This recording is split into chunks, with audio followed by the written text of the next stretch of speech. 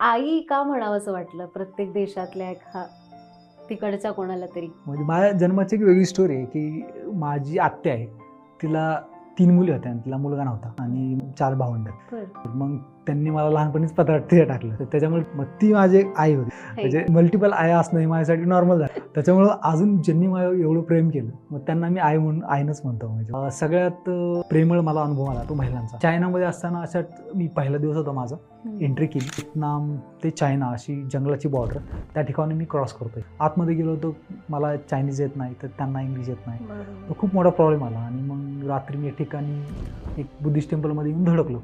तर तिथे एक महिला होती, तिने मला लगेच ॲक्सेप्ट केलं. ती म्हणली राहा. ती माझी चायनीज मदर बनली. एक ती म्हणली तू खूप थकलायस, अजून एक दिवस राहा. तिने फोन केले तिच्या रिलेटिव्हजला, मी तिथे जाणार आहे.